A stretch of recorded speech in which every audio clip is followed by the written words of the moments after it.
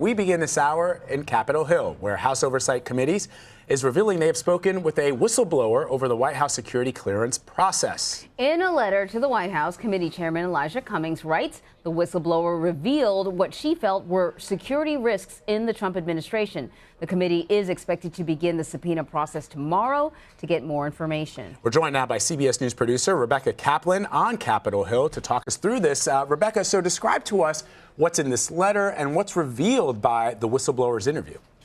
Good morning, Vlad and Anne-Marie. Well, this morning we have news from the House Oversight Committee, as you said, that they have conducted an interview with a whistleblower in the Personnel Security Office. Her name is Tricia Newbold, and she is an 18-year career employee of this office, meaning she has served under both Republicans and Democrats. But she told the committee that she was so concerned by what she saw in the security clearance process during the first 2 years of the Trump White House that she came to the committee as a whistleblower to say she felt that there were serious national security implications in what she was seeing. She was concerned that the traditional process was not being followed, that there were gaps in people's clearances, and that when career officials were recommending that certain people be denied clearances, that they were being overruled at the top levels of the administration and given their clearances anyway. And she has this list of 25 people she compiled, and she says they were either given security clearances or access to national security information despite recommendations from career professionals, so people who have done this for years under both Democratic and Republican administrations,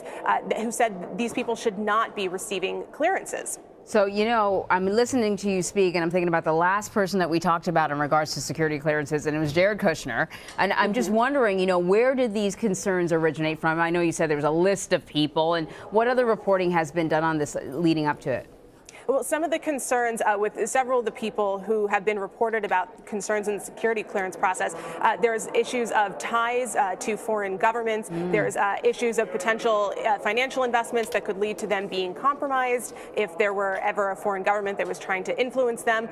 With some people, such as Rob Porter, the former staff secretary at the White House, there were concerns that there were allegations of abuse by some of his ex-wives that were not really flagged during the security clearance process. And this is actually what sparked the review by actually the Republican Congress in part last year. That's how bad things were originally. The Republican Congress, who was hesitant to do a lot of oversight over the Trump administration, actually got involved in this. And Cummings, the Oversight Committee chairman in the Democratic House, has really picked up at this investigation. And one thing he said to the White House in this letter was that you have refused to provide a single document to the committee. And he said we have continued our work anyway. And that's why they found Ms. Newbold and did this interview and have continued their investigation, but with whistleblowers instead of real cooperation by the White House.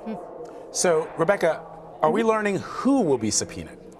So the next subpoena, really the first subpoena, is going to go out to Joe Kline. He was the director of the personnel clearance during the first 2 years of the Trump administration, and there are a few allegations against Mr. Kline in this interview with Tricia Newbold that she raised. She said he was one person who was regularly in contact with people who were being adjudicated for their security clearances, that he did not follow the normal process. When career officials said someone should be denied a clearance, he went ahead and let that go through anyway. And Newbold said that after she raised concerns with him and with other people about what was happening, that he actually retaliated against her. Very interestingly, Tricia Newbold said in her interview she has a rare form of dwarfism, and she said that Mr. Kline would put boxes with these files out of her reach so she couldn't reach them at work. She said it was a humiliating form of retaliation, but she said that's actually not why she's coming forward. I know, it's pretty incredible allegations. She said it's not why she's coming forward. Her real concern here is that she believes that the national security of the United States is at risk because of what's happening.